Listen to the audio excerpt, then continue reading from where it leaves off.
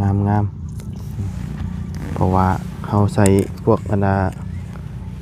ขี้แกะเผาแล้วก็ขี้แบะผสมประสานกันเนาะนั่นแหละซอยเอาเนาะหัวมันนี่เป็นหัวปักบัวเป็นปักบัวเป็นหัวเนาะมันเป็นปักหัวอันนั้นประตูนบ่โยไปใส่กระคอใส่ยังบ่ได้เว้ายังอยู่บ่แม่นน้องเพิ่นเอาให้น้องเพิ่นนี่นะสิว่าได้ใดสบายดี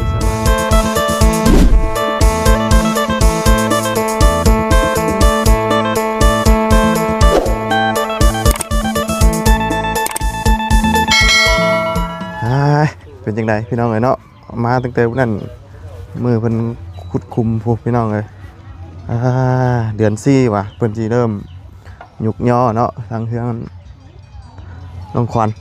เนาะมาวันนี้ก็เห็นแต่คุมพี่น้องเป็นก็คึงได้เรียบร้อยเลยเนาะเอาจังใดก็มาเยี่ยมมาถามข่าวเนาะพี่น้องเลยเป็นจังใดใกล้จังหวัดบ่เดือน4ยันยุกย่อนี่พี่น้องเนาะ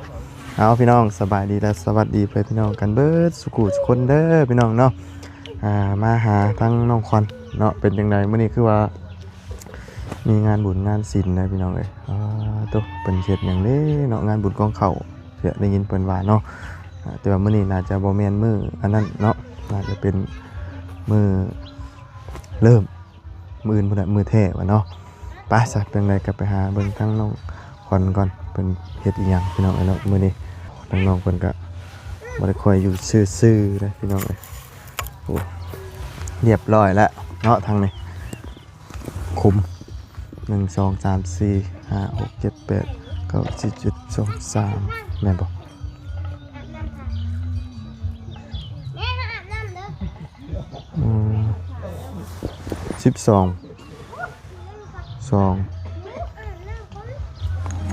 12 ต้นเนาะ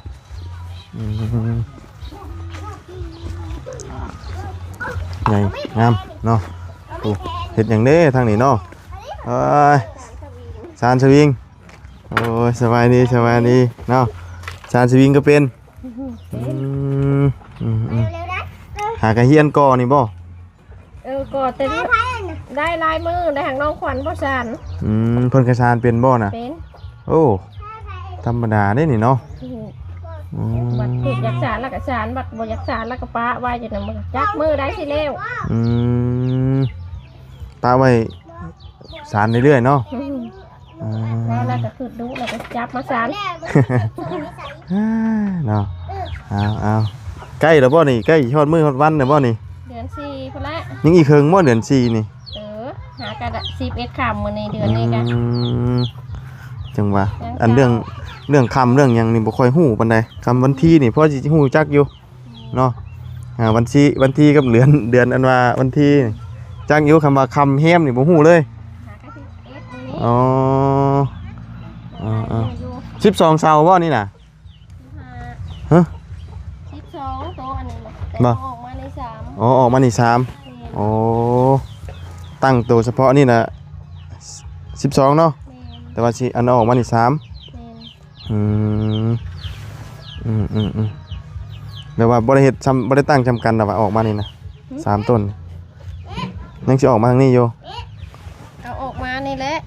หมองเจ้ายืนนี่แล้วก็อยู่ในต้นนึงอยู่ในต้นนึงอยู่หันต้นนึงเป็น15จักแหลอยู่ถึงโดยไปอาบน้ำบ่เนาะผู้น้องขวัญเด้เนาะบ่ได้ไปอันหาแย่ไข่มดแดงบ่มื้อนี้น่ะไปก็มันบ่ได้เลยนะบ่ได้เลยเนาะผู้ซอยพักอยู่ผู้เนาะต้องไปไกลๆเนาะมักหิ้วก็ใหญ่เลยได้พี่น้องเอ้ยเนาะปลาเราก็หลายแล้วเราตึกมันน่ะตึกบาดเดียวห้าวลงเลยขึ้นเลยเนาะมาเพิ่นมาซอยพักพี่น้องเอ้ย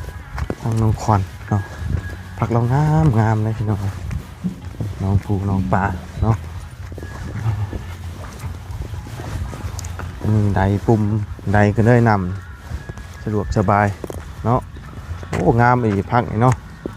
ใส่ขี้พุ่นดูเจอของเท่บาทนี่เนาะ ใส่ต้มไก่ได้เนาะคงสิแซ่บสบายดีจะว่าคักเช็คใจต้มไก่เนาะนี่เขามีไก่ต้มใส่นะเดี๋ยวนี้ บ่มีเด้เนาะก็บ่ได้เลี้ยงไก่ เลี้ยงแต่เป็ดเนาะ บริโลกขายบ่พักนี่ บ่ไปลกปลูกไว้เอาหัวมันไว้ปลูกปีหน้า บ่ เลย เอาแล้วเฮาปลูกมื้อนี้เฮาเฮ็ดหยังจ้ะ ปลูกปีนี้ก็แบบกินแต่ใบมันนี่แหละ กินแต่ใบเชื่อ เลย อ๋อ แล้วก็หัวมันก็แบบอันนั้นแล้วก็เอาไว้ปลูกปีหน้าอีก อืม แล้วก็แบ่งปลูกแม่แบ่งปลูกกินใบมัน งามอยู่ได้นี่ใส่อันว่าขี้เก็บเนาะ โดย ขี้แบะ โดย เผาแล้วก็มาใส่ บ่ได้ใส่ปุ๋ยได้นี่นะธรรมชาติเลย มีแต่อันพวกขี้ปุ่นอันนี้เฮาจูดแล้วเฮามาใส่เนาะ โดย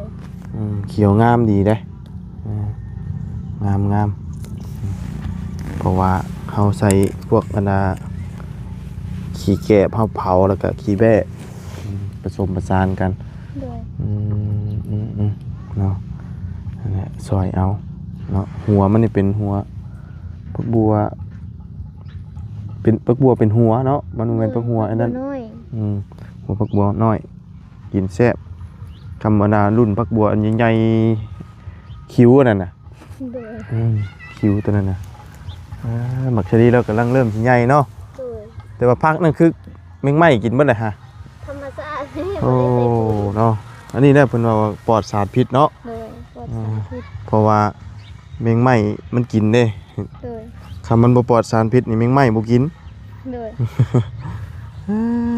อันนี้นี่งัวกินบ่หรือว่าไงคือบ่มีปลาย อันกัดซ้อมแบบเล็ดยอดมันไปลวกกิน อ๋อเด็ดกินยอดมัน โดย เนาะนั่นมันแก้วเนาะ โดย มีหัวแล้วบ่ ย่างหากระปุก หากระปุกครับ หอดเดือนซ้ำเดือน ต้องพดน้ำบ่นี่ โทษดี ต้องพดน้ำเนาะ เลย ถ้าบ่พดน้ำบ่ได้กินบ่นี่ ไป ว่า กินคือกันมาโดนโทษเพื่อ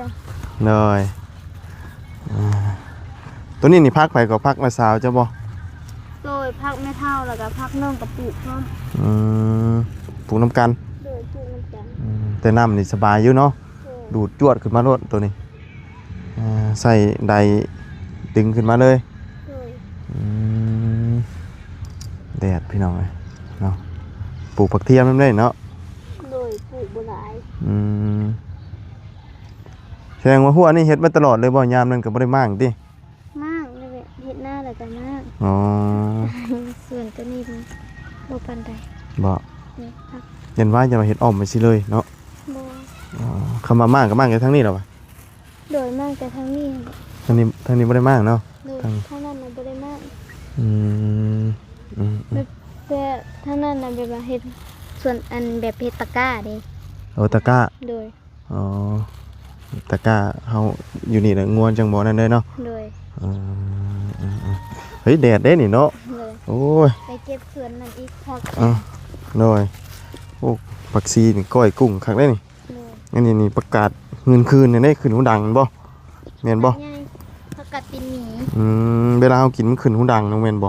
โดย แหย่หูดังตวดโลดน่ะ ตัวพี่นี่อยู่ผู้ดังสวด อยู่สวนน้องพุ่น บ่ เลย ไปๆซะเนาะ ไปเก็บผัก มื้อนี้มีงานบุญเด้ โดยมีงานบุญ ว้าย มื้อแรกนี่แล้วก็มื้ออื่นตอนตะเลง อื่นตอนแรง เลย เพิ่นมื้อนี้การเริ่มอันนั้นเล่นได้นี่เนาะ โดยมีห้านมีอย่างเพิ่นมา ตั้งขายแล้ว โดยมื้ออื่นก็ไปแห่กองอีตุ้มน้ำเพิ่น เนาะ เลย อ่า ไปแห่แต่ละเฮืองแต่ละเฮือง คนหลายบ่แต่ละปีแต่ละปีนี่ โดยหลาย หลายเนาะ โดย มีแบบว่าบ้านอื่นเพิ่นมาอยู่บ่ มี เพราะว่ามันใกล้ทางที่นั่นช่วงสิมีมาหลายอยู่เนาะ โดยมีหลายแต่ละปีนะพูดอะไรเป็นฮอดกุ้มแหละ อืม ห้านขายเพิ่นนะ เนาะ ปีนี้บ่ฮู้ว่าสิหลายบ่ แม่นเพอปีนี้มันงานหลายเนาะ มีแต่งานเดียวนี่เนาะ โดย วึดแต่งาน งานมันมีแต่งานบุญงานศิลป์ลายขนาดตอนนี้มันคือตะกี้เดี๋ยวนี้มีแต่งานเล็กๆหน่อยก็มีงานของขายหมดเลยเดี๋ยว โดย ของเล่นกันหลาย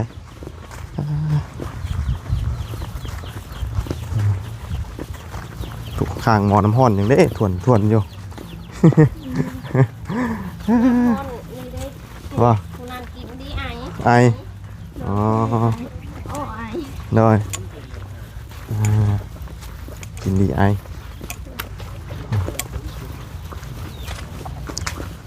โอ้เป่างิ้วแต่ปีกายนี่บ่นี่นะ โอ้แต่โดนแล้วอาณามาตัวเหยียบ อืมมันจนออกใหม่น่ะเนาะยังไม่ได้แกะอยู่สิได้แกะตัวใหม่ได้ฮ่า ไก่เขาก็เสีย โอ้อันจะปลูกนี่ก็ไม่ได้นั่นซ้ำนี่ โดย โอ้ ไก่เคีย ไก่เคียเบิดตอนนั้นกำลังออกกับไก่อันนั้นเบิดเลย โดย ไม่ได้กินนอกจ้ะเนาะไก่มันเข่าแล้วรถแล้วปลูกผักปลูกหญ้านี่คำว่าไก่บ่เข่านะใครเน่ไก่เข่าแล้วรถพวกผักพวกหญ้านี่เพราะว่ามันมักได้ไก่นี่ โดย มันมักกับผักมันมักตอดกินเนาะมันบ่กินมันก็ตอด นี่ผักสลัดนี่มือว่านี่ยังงามอยู่ เนาะ นี่เป็นแบบนี้แล้ว บ่ได้กินซ้ำบาด โดย ไก่สะเบิดเลยตายเนาะกำลังสิงาม โดย เลยบ่ได้งามซ้ำ ไก่สะก่อน โดยแมนไก่ อืม สะแล้วก็ เนาะ หมุนมัน มื้ออื่นนี่ถือว่าเป็นมื้อสุดท้ายเนาะงานบุญนี่เนาะ โดย อ๋อมีขางัวขาควายอยู่บ่มีพี่กันนะ มี อ๋อได้อยู่บ่เจ้าก็ บ่ได้บ่มีเงินซื้อ บ่ได้ซ้ โดย ำตาย พูดละพันเพิ่นขายอะ อืม 500,000พุ่น บ่ เป็นเงินกีบโดย แม่นนั่นแหละแล้วบัดนี้สิเฮ็ดหยังกินอยู่เพื่อนบัดนี้มื้ออื่นนี่ แต่ศึกษานี่น้องนี่แหละ ตึกป่าบ่ โดย ก้อยลาบเลยเนาะ โดย อืมเฮาบ่มีซีนเฮาก็กินปลาเนาะ โดย เออเห็นได้ฉันเนาะบ่มีเนาะขนาดเพื่อนบาบุญก็ยังบ่ได้เคยซื้อชิ้นจักเทื่อแต่ละปีก็ได้อีกอย่างก็บ่ได้มีไผมาหั่นนะก็เลยมันบ่เคยมีไผไปก็เลย แบบเพื่อนน้องก็บ่ได้มีผู้ใดมาก็เลยแบบบ่เอา เพื่อนเรามันบ่มีไผมาแบบ โดย อันนั้นมันนอกหั้นนะมันอยู่นอกหมู่ โดย มันบ่คืออยู่ในบ้านเนาะ โดย อยู่ในบ้านนี่คนมันสิมักแวะแต่คือเพื่อนระบาวนี่ก็มันอยู่ทางส่งๆทุ่งนาแบบนี้แหละ โดย ส่งแบบนี้แหละมันก็เลยแบบว่าโมเมนทางผ่านคนนะปานใดนะ โดยแบบว่าง่ายๆก็คือแบบซอกหลีกบ้าน แม่น เพื่อนซอกหลีกคน คนบ่ค่อยเข้าบาด โดย เนาะ บ่ค่อยเข้า นั่นแหละแต่ละปีก็บ่มีไผไปเนาะอ้ายตัวนี้ไก่ก็กินคือกันหมักสลีนี่ โดย โอ้ไก่ตอดบ่ได้นี่บ่ได้กินซ้ำปีนี้เนาะตัวนี้กำลังงามไก่กระสะคือกันนี่ก็ได้ โดย ถ้าว่าไก่บ่สะมันก็สินั่นอยู่เนาะ โดย สิได้กินอยู่ไก่บ่ตอดเบิดน่ะแล้วกันบาดนี่เนาะ นี่ได้ผักกาดที่แบบมันหินๆนะ บ่ โดย เพื่อนประกาศโต๊ดเลยเนาะ โดยผักกาดโต๊ด ตัวนี้นี่ก็ก้อยกุ้งเนาะมันเข้ากันมันแก้ข้าวเด้ โดย มันสิหืนๆเนาะ อันนี้ผักกาดใหญ่นี่ ย่อยขั้นสม โดย ขั้นสมส่วนลายเนาะ หวานปนกัน ผักในการบาเฮาปลูกพอได้กินนี่ก็กินบ่ค่อยทันมันเนาะ โดย มันขึ้นสูงทีนั้นยอดมันกิน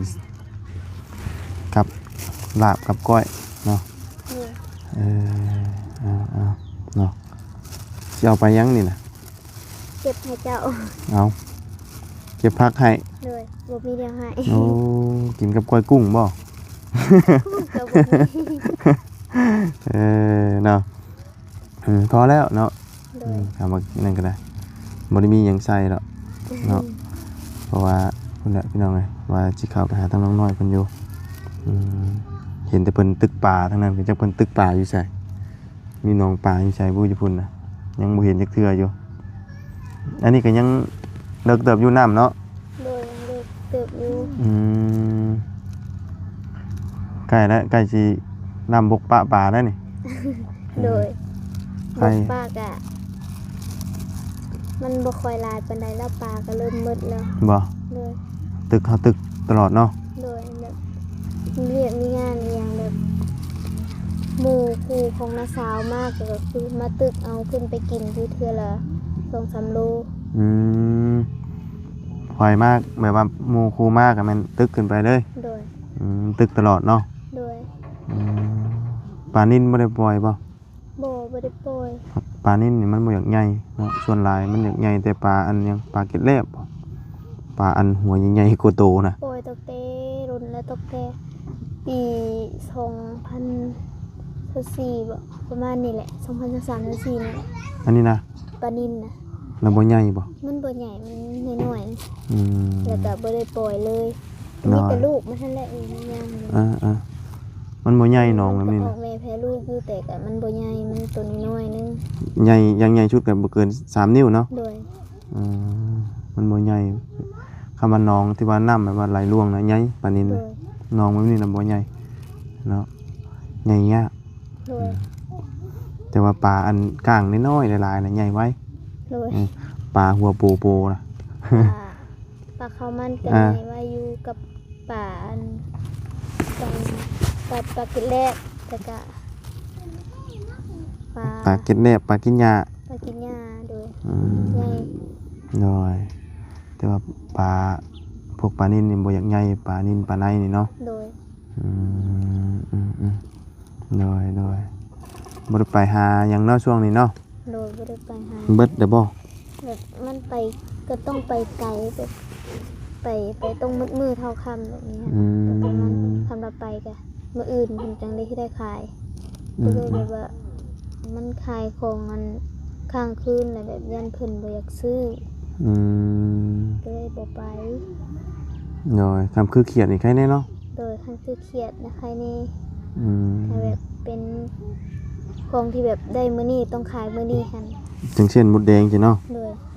มันต้องได้ขายมื้อต่อมื้อเนาะ โดยมื้อต่อมื้อแบบไปหาได้แล้วมาแล้วขาย มันสิเป็นของสดของใหม่ แล้วนี่ไปที่มันไปมื้อนี้มื้ออื่นมาขายมันจะเป็นของมันข้างคืนแบบนั้นน่ะเพิ่นก็แบบเพิ่นก็ฮู้คนที่ซื้อเขาก็ฮู้เขาก็ถาม น้อยแต่ว่าเขียดได้บ่ได้ไปก้านบ่ช่วงนี้ บ่ได้ไปเมื่อคืนนี่บ่มีไผไปก็เลยบ่ได้ไป บ่ค่อยได้ไปนะเนาะ โดย ต้องมีหมู่หลายๆคนในประการเขียดจังมวน โดยแต่บ่มีหมู่ไปหลายคนก็ย่าน ย่านแหน่เนาะ โดย มันก็ย่านแหน่ว่าหาการเขียดโอ้แต่คราวกี้นี่บ่ได้แม่นโคมแล้วท่านอยู่บ่เอาขี่กระบองใต้น่ะ บ่ เค ยได้ยินแต่แม่เว้ากับพ่อเว้า ไล่คุบเขียนนี่เอาควันไฟขี่กระบองอูดตัวเองนี่เยืองก้มนี่ว่ามันบ่ได้คือโคมนะ เลย มันบ่คือโคม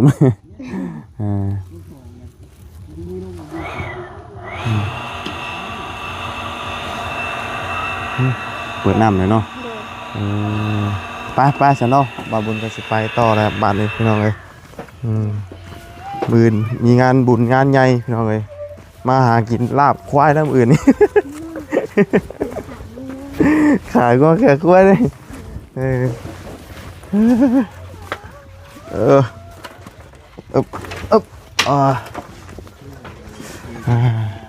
มาเนาะตั้งพอจะไปใช้ใช่ไหมฮะอ๋อ เพิ่นลงวัด ลงวัดเลยเนาะ เลย ไผขอพักนี่